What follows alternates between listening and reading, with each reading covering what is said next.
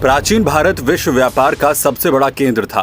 प्राचीन काल में भारत खाद्य पदार्थों, कपास, रत्न, हीरे इत्यादि के निर्यात में विश्व में सबसे आगे था। भारत उस समय विश्व का सबसे बड़ा विनिर्माण केंद्र था। दुनिया भर के लोग समुद्री रास्तों से भारत आते और यहाँ की आबो हवा से इतने चकित हो जाते कि दुनिया में भारत की चर्चाएं होने लगी। उसी दौर में इंग्लैंड तक भारत के रेशम की हस्तशिल्प कारीगरी और मसालों की सुगंध पहुंची, जिसके बाद अंग्रेजों के कान खड़े हो गए। तब ईस्ट इंडिया कंपनी की नजरें भारत पर पड़ी और शुरू हुआ एक ऐसा खेल जिसने भारत को गुलाम बना दिया। ईस्ट इंडिया कंपनी व्यापारिक इरादे से भारत आई, लेकिन यहाँ की रियासतों की आपसी लड़ाई और बिखराव देख ईस्ट इंडिया कंपनी भारत पर हावी होने लगी, जिसने उसकी साम्राज्यवादी महत्वाकांक्षा को हवा दे दी।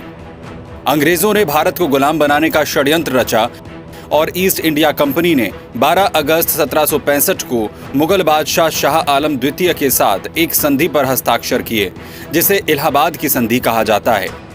इस संधि के जरिए ईस्ट इंडिया कंपनी को देश की राजनीतिक और संवैधानिक व्यवस्था में दखल देने का अधिकार मिल गया और यहीं से भारत में ब्रिटिश शासन की नींव पड़ी। इस संधि के बाद ईस्ट इंडिया कंपनी को पूर्वी प्रांत बंगाल, बिहार और उड़ीसा में कर एकत्रित करने के अधिकार सौंप दिए और उसके बाद कंपनी को अपने साम्राज्यवादी पंख फैलाने में ज्यादा वक्त नहीं लगा।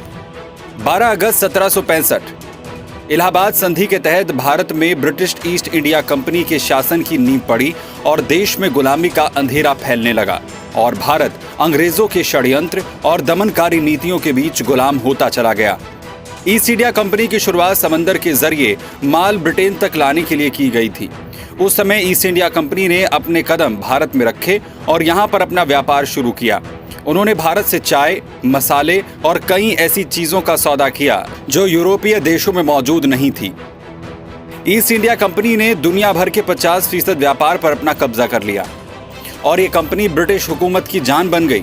इसके जरिए उन्होंने इतनी दौलत कमाई कि कई देशों पर कब्जा कर लिया, जिसमें भारत भी एक था। करीब 200 सालों तक ये कंपनी भारतीयों पर अत्याचार करती रही, लेकिन एक दिन ऐसा भी आया जब भारतीयों के सब्र का बांध टूट गया। 1857 में मेरठ में हुई आजादी की पहली क्रांति ने ईस्ट इंडिया कंपनी की रीढ़ की हड्डी पर सीधी चोट कर दी।